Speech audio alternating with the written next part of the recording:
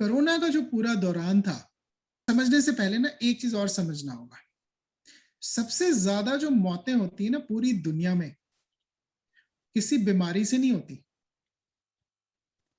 Road accident. Road accident is the biggest killer. और road accident नहीं देखता कि बच्चा, जवान, बूढ़ा। कुछ समझ, मतलब सुनना मेरी बात। और कोरोना में एग्जैक्टली ये रोड एक्सीडेंट्स बंद हो गए और कोरोना से डेथ होने लगी। तो बैलेंस बना दी तो बैलेंस बना रहा। और ये कलेक्टिव डेथ हमेशा रोज होती है। कोरोना में जर्नलिस्ट ने बहुत हाईलाइट कर दिया, समझे? कुछ भी डिफरेंट नहीं हुआ। कोरोना मौतें उतनी होती रही। जितने दूत है ना यमराज जी के पास में, दूत उतने ही है। नए दूत नहीं रिक्रूट हुए, तो उतने सोल्स ले जाएंगे ना। तो डेथ रेट ज्यादा ग्लोबल लेवल की, डेथ रेट में फर्क नहीं आया। हाँ, किस बकेट में डेथ हो रहा है कि पहले रोड एक्सीडेंट में ज्यादा होता था, अब कोरोना में हो गया। सिर्फ वो बकेट का फेर बदला है। और उतनी कलेक्टिव डेथ्स आज भी, फ्यूचर में भी होती रहेंगी, होती आई हैं।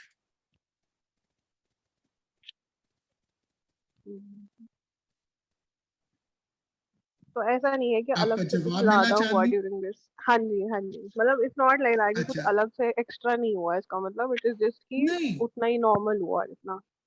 अब मैं एक छोटा सा एग्जांपल और देता हूं यहाँ पे समझाने के लिए अपनी बात को। मुझे ऑथर का नाम याद नहीं है और किताब का भी नाम याद नहीं है, पर वो जस्ट बता रहा कि नंबर 13 को लेकर के अमेरिका में इतना बड़ा वहम फैलाया गया कि नंबर 13 इतना बुरा है कि ये हो गया है कि 30 होटल्स में 13th फ्लोर नहीं है। जी 12 के बाद 12A और 14।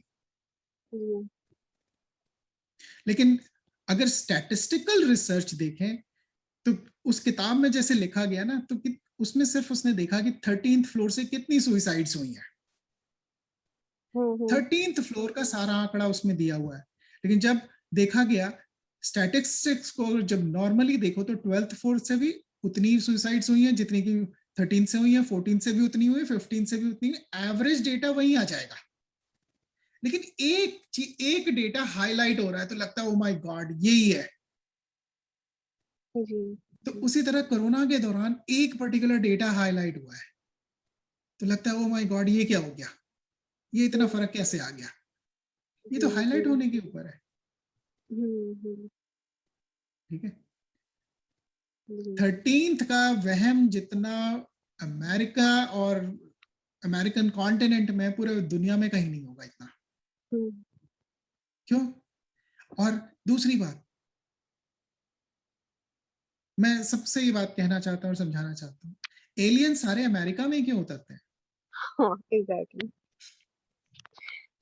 सही बात है। ये क्यों इनका देखे मुझे जाते हैं? नहीं पता। क्योंकि यही लोग उसमें विश्वास करते हैं।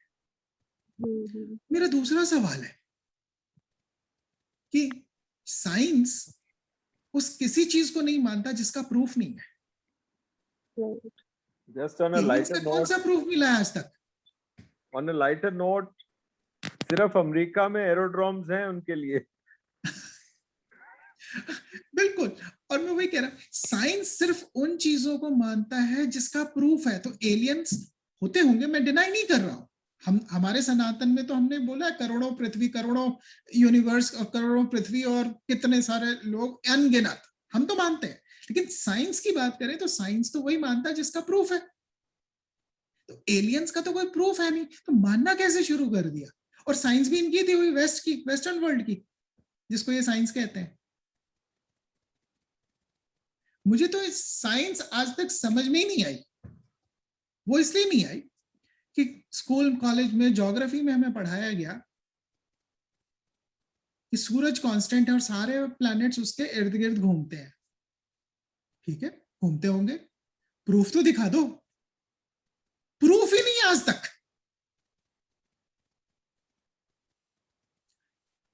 100+ एक्सपेरिमेंट्स किए दुनिया के टॉप साइंटिस्ट ने मोशन ऑफ द अर्थ को डिटेक्ट करने के लिए।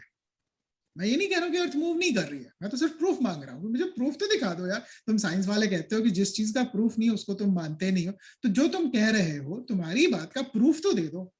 आज तक प्रूव नहीं हो पाया है कि अर्थ मूव करती है। हंड्रेड्स ऑफ एक्सपेरिमेंट्स कर लिए, रिजल्ट नेगेटिव आया है दुनिया के टॉप साइंटिस्ट ने। अब नई थ्योरी दी है इन्होंने, क्या कहते हैं? इट डज नॉट मैटर कि अर्थ मूव करती है या सन मूव करता है, रिलेटिव मोशन तो सेम है। तो काहे की साइंस भाई? कल तक तो तुम ये पढ़ा रहे थे, आज ये कहते हो, कल कुछ और कहोगे, कल को शुरू हो जाओगे नहीं जी अर्थ तो मूव करती नहीं, earth is the only planet. See every rule has an exception ना, तो सोलर सिस्टम में भी कल को ये पढ़ाएंगे कि there is an exception, earth is an exception, ये तो मूव करती नहीं, सोलर सन मूव करता है। मैं जस्ट बट समझाने की बात। ये तो लेकिन एस्ट्रोलॉजी में भी है। आई डोंट मतलब अर्थ के बारे में तो नहीं बोलते, बट बाकी प्लैनेट्स पे उन्होंने ऑब्जर्व करके, मतलब जिन्होंने एस्ट्रोलॉजी जब भी डिफाइन मतलब हुआ था, बट वो देखते तो थे कुछ मूवमेंट, या तो हम घूम रहे हैं या मतलब स्टार्स घूम रहे हैं। नहीं, सो स्टार्स का तो देखो देयर इज प्रूफ। मैं एक चीज बता रहा हूँ, मेरे पास टेलीस्कोप है और कई बार टेलीस्कोप से हम लोग देखते हैं डिफरेंट प्लैनेट्स को या इसको ऑब्जर्व करते हैं, और आपको टेलीस्कोप को ना मूव करते रहना पड़ता है एट एन एंगल, नहीं तो वो आपकी व्यू से निकल जाते हैं बिकॉज दे आर मूविंग। तो मूवमेंट तो है, ठीक है, मूवमेंट है, मूवमेंट को हम डिनाई नहीं कर रहे, लेकिन मैं एक बात कह रहा हूँ कि जब साइंस कोई बात कहता है तो साइंस तो सिर्फ उस चीज को मानता है ना जिसका प्रूफ है। तो साइंस के हिसाब से अर्थ रोटेट कर रही है सन के अराउंड में, हम मानते हैं, मैं मानने से इनकार नहीं कर रहा हूं, मैं कह रहा हूं लेकिन तुम अगर इसको एज अ साइंस कह रहे हो तो उसका प्रूफ तो बताओ ना। अब मैं उसके एक थोड़ा सा इससे रिलेटेड लेकिन एक और बात समझा रहा हूं। इंडिया में हिस्ट्री बुक्स में इन्होंने डाल दिया आर्यन इन्वेजन थ्योरी, प्रूफ किधर है भाई? हमारे रामायण में देखो तो time is captured in absolute terms. कैसे कैप्चर हुआ है एब्सोल्यूट टर्म्स में? मतलब टाइम कैप्चर हुआ है कि sun was in this sign, moon was in this sign, ठीक है, अर्थ का direction was pointed towards that star. इन सब के साथ में टाइम कैप्चर हुआ, और जितने राम की लाइफ के इंसिडेंट्स हैं, इवेंट्स हैं, सब सारे इवेंट्स का टाइम इस तरीके से कैप्चर हुआ है, और फिर भी उसको माइथोलॉजी कह दिया इन्होंने। तो मैं कहता हूँ चलो माइथोलॉजी मैं मान लेता हूँ, ये माइथोलॉजी, इसका प्रूफ दे दो मुझे। अगर तुम कहते हो कि मेरी बात का कोई प्रूफ नहीं है तो मेरी बात झूठी है, तो मेरी बात झूठी है इसका प्रूफ तुम दो ना। नाउ तो दे आर दिया ना। Finding out, archaeologists are now finding out बहुत पुराने पुराने आर्टिफैक्ट्स, लाइक पहले दे यूज्ड टू से कि भाई मैं इतना वही तो, टाइमलाइन पहले कोई था ही नहीं, अब वो सब हाँ, उनको बोन्स मिल रही हैं, सब कुछ मिल रही है कि उस टाइम भी लोग थे और ये टूल्स थे उनके पास सारे, और ये सारी चीजें थी, तो दे वर नॉट कि मैं वही डेवलप कह थे रहा हूँ वो। कि हाँ, मैं इसी बात को समझाने की कोशिश कर रहा हूँ कि जिस तरह से साइंस को प्रेजेंट किया है इन लोगों ने, साइंस वैसा है नहीं। साइंस को इन्होंने एज एन एब्सोल्यूट प्रेजेंट किया है कि जो साइंस जानता है वही सही है और जो साइंस नहीं जानता वो एग्जिस्ट भी नहीं करता है। और साइंस तो रोज नए खोज कर रहा है, तो आज जो तुम नहीं जानते हो वो एग्जिस्ट नहीं करती, और कल तुम उसको फाइंड कर लेते हो कुछ नई चीज को, तो कहां से है भाई? जो चीज एग्जिस्ट नहीं करती थी वो आई कहां से? मैं समझाने की कोशिश कर रहा हूं कि साइंस के नाम पे दुनिया में एक फ्रॉड चल रहा है, और इस साइंस का इजाद हुआ था सिर्फ सनातन को पुट डाउन करने के लिए। मेरी बात को गलत नहीं समझे, मैं कुछ समझाने की कोशिश कर रहा हूं यहाँ पे। मैं ये नहीं कह रहा हूं कि पूरी साइंस गलत है। ये इलेक्ट्रिसिटी की बात करते हैं, आप महाभारत उठा करके देखो, उसमें इलेक्ट्रिसिटी का सारा वर्णन है, मेंशन है। कृष्ण और मौरवी का युद्ध जब हुआ है तो मौरवी का पूरा किला जो है वो विद्युत से प्रोटेक्टेड था। तो ये तो हम 5,500 साल पुरानी इवेंट की बात कर रहे हैं। अब मैं दूसरी बात कहता हूँ, अगर साइंस की बात है, साइंस में इतनी एक्यूरेसी की बात है और साइंस आज इस लेवल पे पहुंच गया और सॉफ्टवेयर इस लेवल पे पहुंच गया और सब कुछ ये, तो हम ये अप्रोक्सीमेट कैलेंडर लेके क्यों चल रहे हैं, ग्रेगोरियन कैलेंडर, जो which is an approximation, which is not an exact calendar. ज्यादा साइंटिफिक है हमारा सनातनी कैलेंडर, जिसको कि पंचांग कहते हैं, but that is too difficult for them. वहां पे साइंस नहीं अप्लाई होता, बिकॉज हमारा साइंटिफिक है, एक्यूरेट है, एग्जैक्ट है, तब ये साइंस की बात नहीं करते हैं। That is too difficult for them to handle. This They happens can't do like those calculations. तुम्हारा इतना every सारा year. computer, इतना सारा software, and you can't handle it because you have to put down everything that is Sanatani. Right. तब science नहीं count करता इनका। जानते हैं कि Gregorian calendar is an approximation, is ठीक है। अब सितंबर, एक सिर्फ एक एग्जांपल दे रहा हूं, सितंबर, सेप का मतलब क्या होता है? 7 हुआ ना। अक्टूबर, ऑक्ट का मतलब क्या होता है? 8, सॉरी 8, हाँ 8 का, ठीक है। September used to be the 7th month, October was the 8th month, November was the 9th month, and December was the 10th month. 10 महीने का कैलेंडर था इनका। अब इतने साइंटिफिक हैं तो इस साइंस को भी नहीं किया। सितंबर is now the 9th month, जिसका मतलब होता है 7th is now the 9th month। हमें साइंस पढ़ाते हैं, तुम एक इनकरेक्ट रास्ते पर चल रहे हो। बातों से बातें निकली, मैं सिर्फ समझा रहा हूं, इनकरेक्ट रास्ते पे चल रहे हो, दूसरे को गलत कह रहे हो। इसीलिए मैंने कैलेंडर्स के ऊपर में लिखा था अपने आर्टिकल्स में, उसमें पढ़ा होगा, आप पढ़ना, जिन्होंने नहीं पढ़ा पढ़ना, कि हमारा पंचांग कितना साइंटिफिक है। तो अगर ये साइंस को मानते हैं तो उस साइंस को क्यों नहीं देख रहे हैं? सिर्फ इनका दिया हुआ साइंस इज साइंस और दूसरों का दिया हुआ science is not science. Navratras are always accurate. Season change always happens after Navratras in Panchang.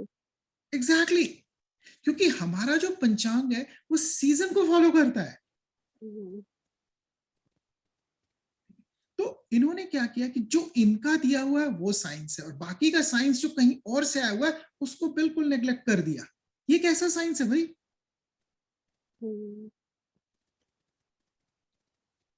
Jesus Christ के बर्थ का कोई प्रूफ नहीं है, कोई डेट नहीं है। प्रभु राम जिनके की पहले से सारा कुछ रिकॉर्डेड है, उनकी पूरी वंशावली है, उनके लाइफ के सारे events with exact time captured है। और एग्जैक्ट टाइम भी, क्योंकि टाइम इज रिलेटिव, ठीक है, एग्जैक्ट टाइम सेलेस्टियल पोजीशनिंग से। और जब उन टाइम्स का इंटरवल देखा जाता है, उन सेलेस्टियल पोजीशंस का इंटरवल देखा जाता है, तो उन इवेंट्स के बीच का एग्जैक्ट टाइम निकल आता है कि कितने टाइम बाद हुआ। और फिर भी वो अनसाइंटिफिक है, वो माइथोलॉजी है। मैं सिर्फ समझाने के लिए बता रहा हूं। तो साइंस के नाम पर एक बहुत बड़ा धोखा चल रहा है दुनिया में, और सारा अटेम्प्ट है कि सनातन को गलत ठहराओ, सनातन को झूठा ठहराओ। अगर आप लोगों को हमारा ये चैनल पसंद आ रहा है तो प्लीज़ कमेंट करके हमें बताएं। अगर किसी खास विषय पर वीडियो देखना चाहते हैं तो वो भी कमेंट सेक्शन में लिखकर हमें बताएं। हमारा उद्देश्य सनातन धर्म की परंपराओं, सनातन धर्म के रीति रिवाज, सनातन धर्म की गहराइयों को समझना और समझाना है। हमारे इस उद्देश्य में आप भी हमारी मदद कर सकते हैं, हमारे वीडियोस को लाइक करके, हमारे चैनल को सब्सक्राइब करके और अपने परिवार और मित्रजनों में शेयर करके। धन्यवाद।